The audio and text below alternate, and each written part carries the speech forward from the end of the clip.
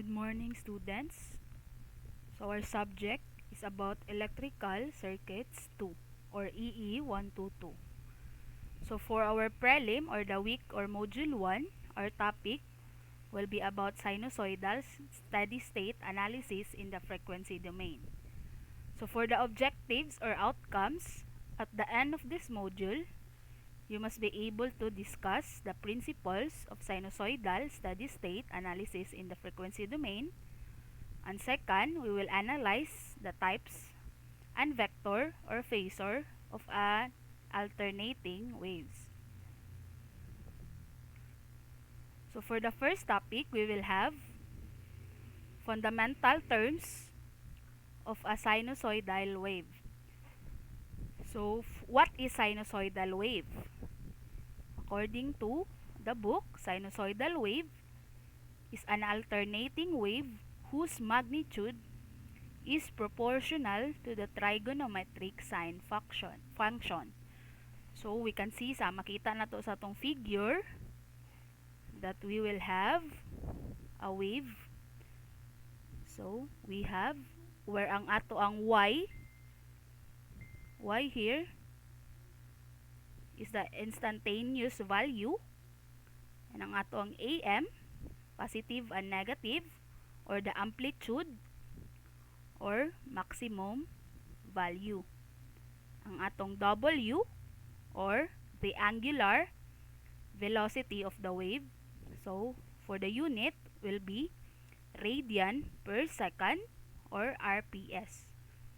So sa atong y, instantaneous value, for the formula, y is equal to the amplitude or maximum value multiply sa ato ang sine, angular velocity, and time. Since sinusoidal, so we will use trigonometric sine function.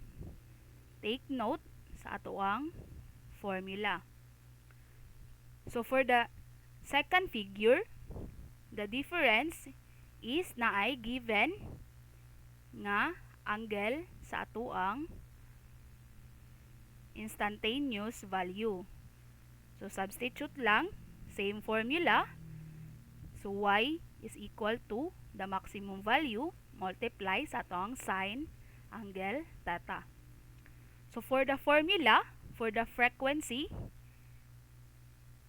or the angular velocity rather, so w is equal to 2 pi f, where ang ato ang f is the frequency in hertz or cycles, and our t is the time or in seconds or s. So take note for our symbol or the unit, hertz for the frequency and time for the second. So what is cycle? Cycle is one complete set of positive and negative values of an alternating quantity is known as a cycle. So sa cycle na to, we have a positive and a negative values. So a cycle may also sometimes be specified in terms of angular measure. In that case, one complete cycle is said to spread over 360 or 2 pi radians. So ang equivalent sa one complete cycle will be 360 or 2 pi radians. So for the amplitude, what is amplitude is the maximum value of positive or negative of an alternating quantity is known as its amplitude. So amplitude is also a maximum value. For the instantaneous value, magnitude of an alternating quantity at any instant of time and angle. So naay given nga time and then the angle. So for the frequency or f, it is a number of cycles that occur in 1 second. Unit of frequency is hertz or cycles per second. And for the time period or t, the time taken by alternating quantity to complete the cycle is called its time period. Time period is reciprocal of frequency. So therefore, time is the reciprocal of our frequency. Take note sa ato ang formula for the time period. For solving, so we have our example here. For example number 1, a sinusoidal current has a maximum value of 20 ampere. Solve its instantaneous value at 45 degree. So we have a given for our problem. We have I is the 20 ampere and our angle theta is 45 degrees. So for the formula, for the instantaneous, I, small I, is equal to the maximum value, which is 20 ampere, sine angle of theta. Substitute 20 sine of 45. So substitute for our calcu 20 sine of 45 degrees. So the answer will be 14.14 amperes. So please take note nga ang calculator in degree mode. Example, if wala naka-degree mode ang inyong calcu, so we can see sa atong calculator, you can go to the radian or degree mode by shift mode. Mamili mo if naka-degree into radian 4. So makita na to sa tong value nga radian ang atong degree mode. If naka-radian inyong calcu and need i-convert to degree mode, so same, shift mode, press number 3. So degree ang atong mode sa atong calcu. So for example number 2, a 25 Hz sinusoidal EMF has a maximum value of 100 volts. Solve the instantaneous value of the EMF 5 milliseconds after the wave passes through zero in a positive direction. So makita nato sa tong figure nga we have a maximum value of 100 volts and we have a 5 milliseconds nga time. So for the formula of our W or the angular velocity, so 2 pi f, substitute, we have 25. So 2 or pi multiply 25 hertz. So the answer will be 50 pi or pwede mo sulat 157.08. So for the formula of our E or the EMF, so EM or the maximum value, sine angular velocity multiplies atong time. Since time ang given, we use the angular multiply time. So substitute, our maximum value is 100 sine of atong gikuha nga angular velocity ganina, which is 50 pi, multiply sa ato ang 0.05. So we use the radian mode. So take note, to convert our calculator into radian, di siya pwede if radian pero mode degree inyong gigamit, the answer will be different. So shift mode number 4 for the radian. So substitute 100 sine of 50, shift then pi times 0.005. So for the 0.005, mao na ang atoang time, which is 5 milliseconds. So the final answer for the instantaneous value of the EMF, so the answer will be 70.71 volts. So take note ta sa atoang calcu dapat naka-radian mode. So for the time period, the time taken by alternating quantity to complete the cycle is called its time period. So for the formula, we have T is equal to 1 over F. So sa atong figure, we have a 1 cycle sa atoang wave, alternating wave. We have our amplitude, and we have our Y, or the maximum value, and we have our time. So for the example of time period,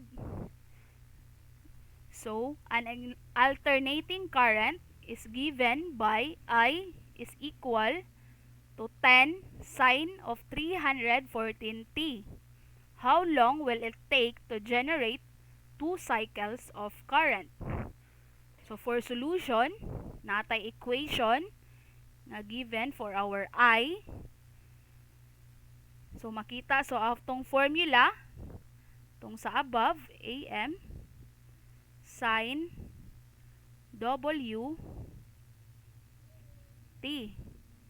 Since W nato is 314 sa atong equation, so solving for F, W is divided by 2 pi. So 314,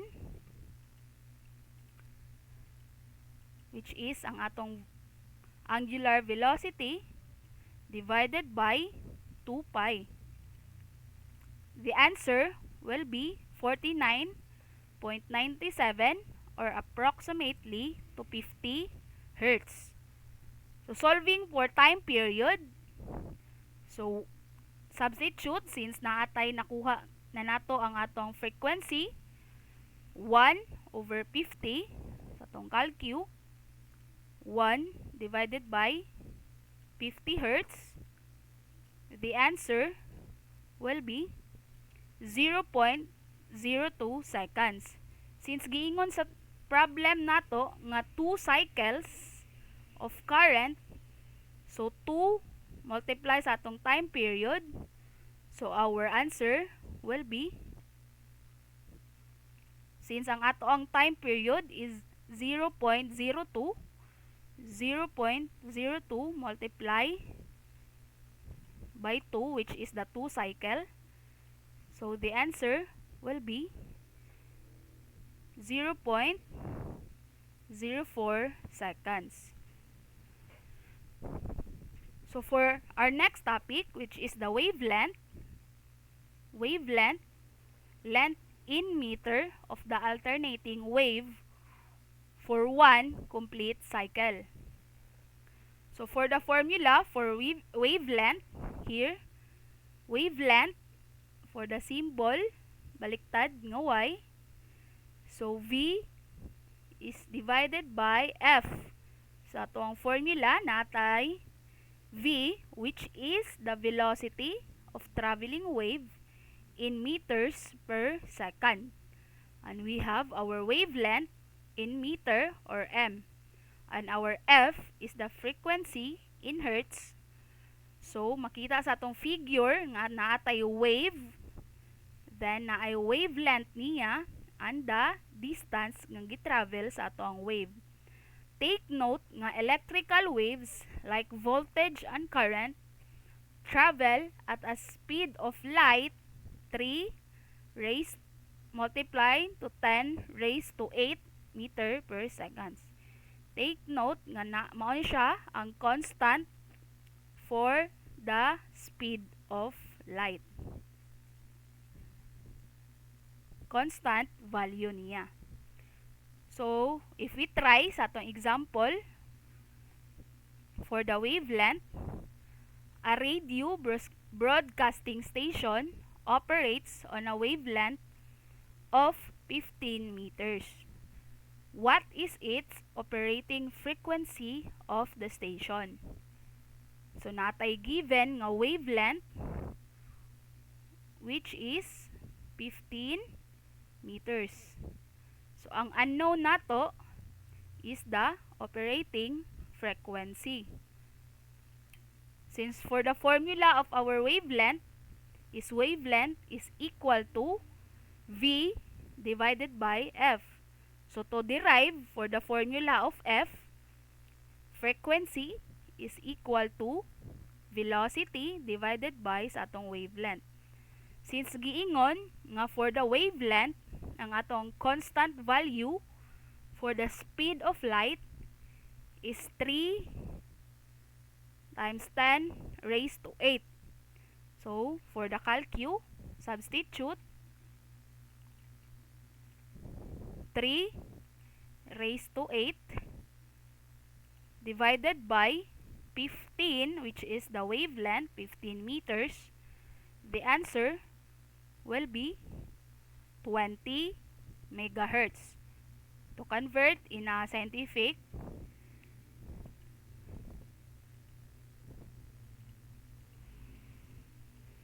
so we have 20 megahertz.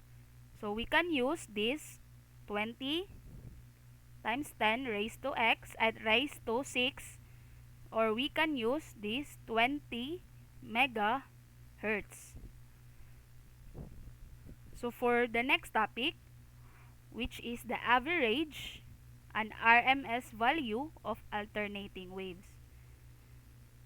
So what is average value? Is the equal arithmetical average or mean of all the values of an alternating quantity taken over one half of the cycle only. So makita ang average value in highlight nato is only quantity taken over one half of the cycle only. The average for the entire circle is 0. Ang average for the entire cycle is 0. Average or mean value. The average value of an alternating current is expressed by that steady current which transfers across any circuit the same charge as is transferred by the alternating current during the same time. So according sa atong statement, ang average value sa ato ang alternating current is expressed by steady current which maoy mo transfer sa atong circuit of the same charge as is transferred to our alternating current. The average value of the voltage will be found to be 0.636 of the maximum value for a perfect sine wave. So we have our given na average value of 0.636 sa maximum value. So in our figure, makita nato na we have our average. So na ay wave nga mo travel. So sa atong one cycle, na siya gi-travel nga time period which is half sa ato ang full wave. Then we have our time and our maximum value. So for the formula for our average is equal to 1 divided by T over 2 integration of 0 to maximum T over 2 y dt. So the mean value is only of use in connection with processes where the results depend on the current only. So irrespective of the value, such as electroplating or battery charging. So for RMS, what is RMS? So RMS is the root mean square value. So it is defined as the square root of the average of the squares given quantity taken over a complete period. So for our RMS, ingon is the square root of the average of the squares. So makita na to, RMS, square root. Then we have our wave na atay maximum value, anawang time period, and time taken sa pag-travel sa ato ang wave. Ang RMS is the square sa ato ang average. For the formula for our root mean square or the RMS is equal to, since square root man siya, square root of 1 over t integration of 0 maximum of t y squared dt. So this is the value which is used for all power, lighting, and heating purposes. So kani nga formula magamit sa atong power and lighting. As in these cases, the power is proportional siya to the square of our voltage. So if we apply in our example, for example sa atong average og RMS, so solve the RMS value of the sinusoidal voltage. E, atong equation, is equal to 100 sine of 377t. So take note for our formula sa ato ang angular velocity is equal to 2 pi f.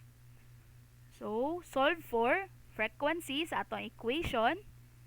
We have our W is 377 divided by 2 pi. So 377 divided by 2 pi. The answer will be 60 Hertz. So solving for our time period, since naa natay frequency, so T is equal to 1 over F. So substitute 1 ang ato ang frequency 60 Hertz. So our time period will be 0.166 second or 1 over 60 second. So solving for RMS, so RMS is equal to, for the formula, square root of 1 over t integration of y squared dt. So substitute lang sa ato ang formula sa atong calcu. So please take note nga the calculator must be in radian mode if we use RMS. Square root of 1 over our time period, 1 over 60, integration of 0, 1 over 60, tapos ang ato ang y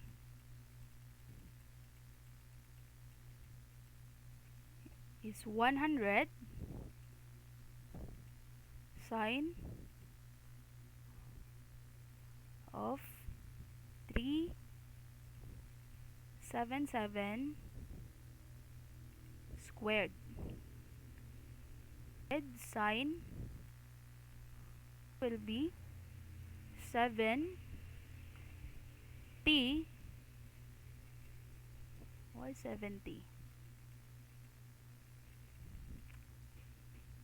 1 over 1 over 60, 0,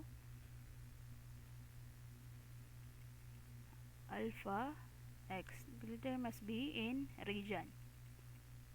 So wait, 1 over 60, 0, 1 over 60, 100, sine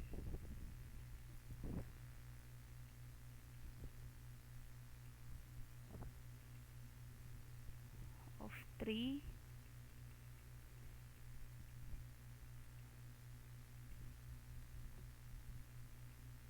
squared dx dt.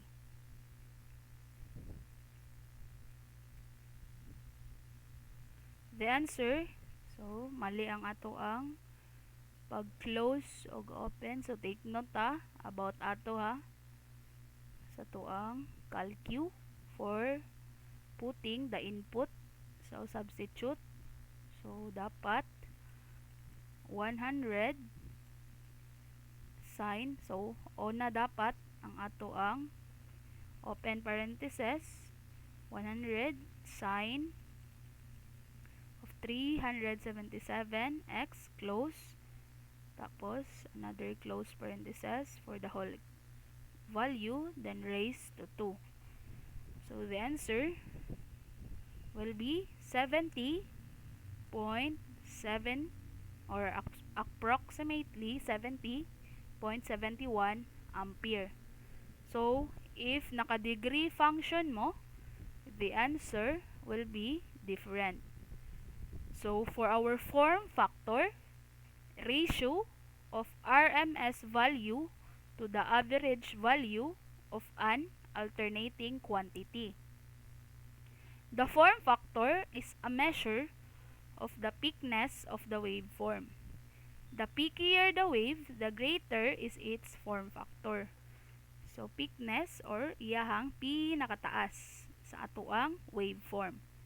So giingon nga the peaker the wave, the greater, so greater dako ang atoang form factor. So for the formula of form factor is equal to RMS value divided by sa atoang average value. So if we have form factor, we have also a peak factor. So what is peak factor? Is a ratio of maximum value to the RMS value of an alternating quantity. The peak factor is of much greater importance because it indicates the maximum voltage being applied to the device. So we have also formula for peak factor. So is equal to maximum value divided by RMS value. So we have, for the next topic, we have a popular types of alternating waves. O kani sila ng mga alternating waves already derive ng ilang formula. So pag-giingon nga sinusoidal wave, so for the formula of our average, so average is equal to 0.636, then ang ato ang maximum value. For the RMS, 0.707 multiply sa maximum value. For the form factor, 1.11. For the peak factor, 1.414. And then follow for the half wave, rectified sinusoidal wave, and the full wave, rectified sinusoidal wave, and we have a triangular wave. If we apply that in our example, so the average value of a sinusoidal current is 100 ampere. Its RMS value is, so ang gipangita nato RMS value.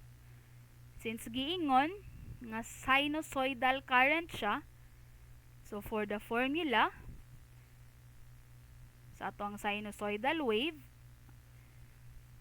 ang given na siya average value nga 100 ampere.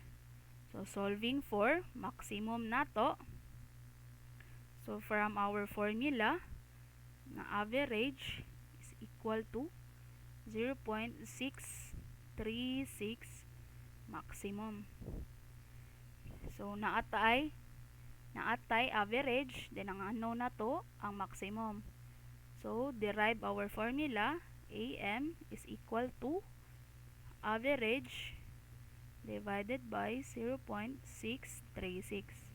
So mao ni siya. So substitute na to sa tong calcu. Input na to. So take note, i-shift na to into degree.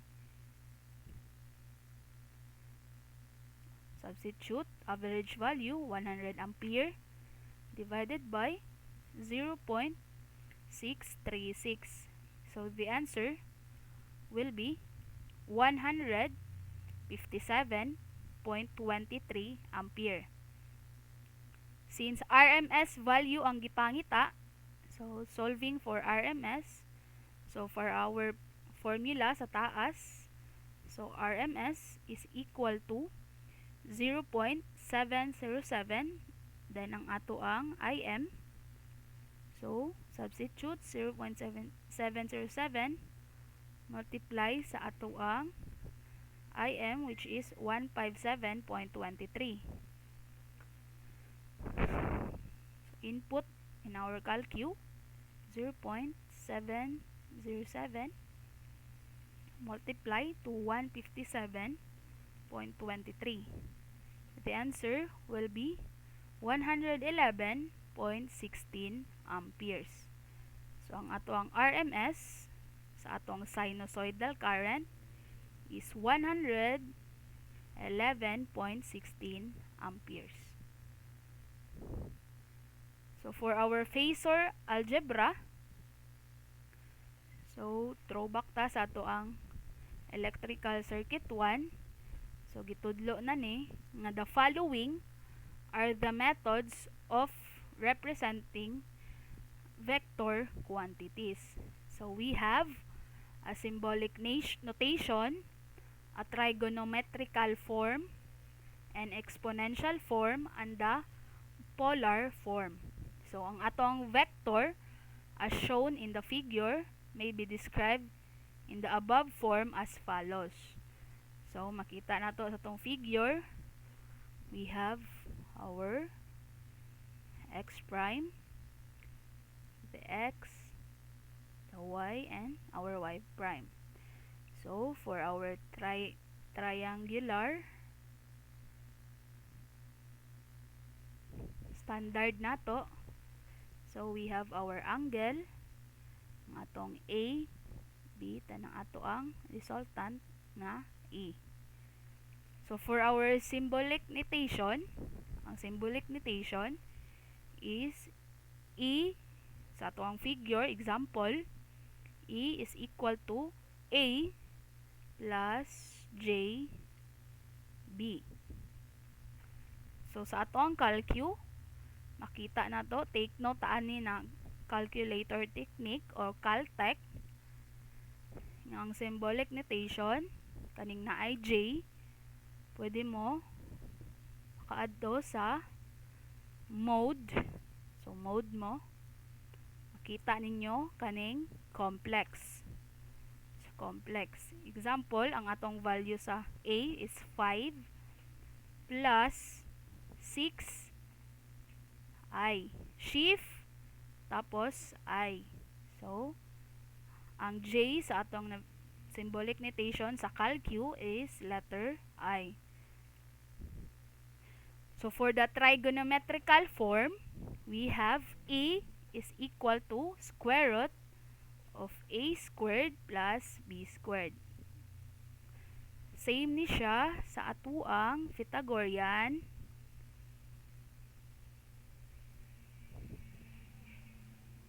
theorem.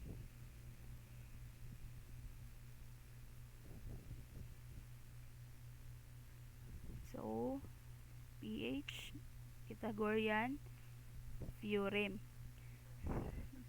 for cosine theta of plus j sine theta. So, in general, so same, ang kalahian is na siya'y positive, negative sine theta.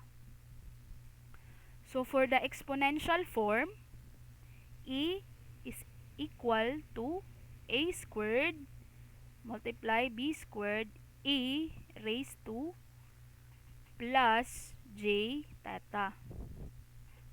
So, in our polar form, naata ay general, which is katong na ay j, and we have the angle, theta, and the positive angle. So, sa atong calculator technique na to, if we have a complex form, so parihaning example na to ganina, nga 5 plus 6i, so if we need to convert into the angle theta, so shift, pangitaon ninyo ang complex which is number 2. So, if ganahan mo i-convert to real, kaning real, then na ay angle, so press number 3.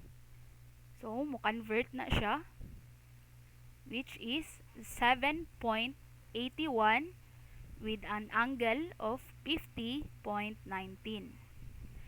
So, if naa na tay real, then ay angle, then you need to convert for the complex. So, balik ta, shift 2, then number 4 for the complex, then equals, balik na siya to 5 plus 6i.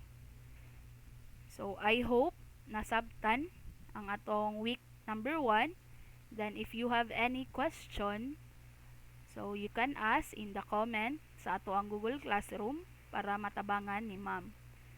So, thank you. Please study the calculator technique.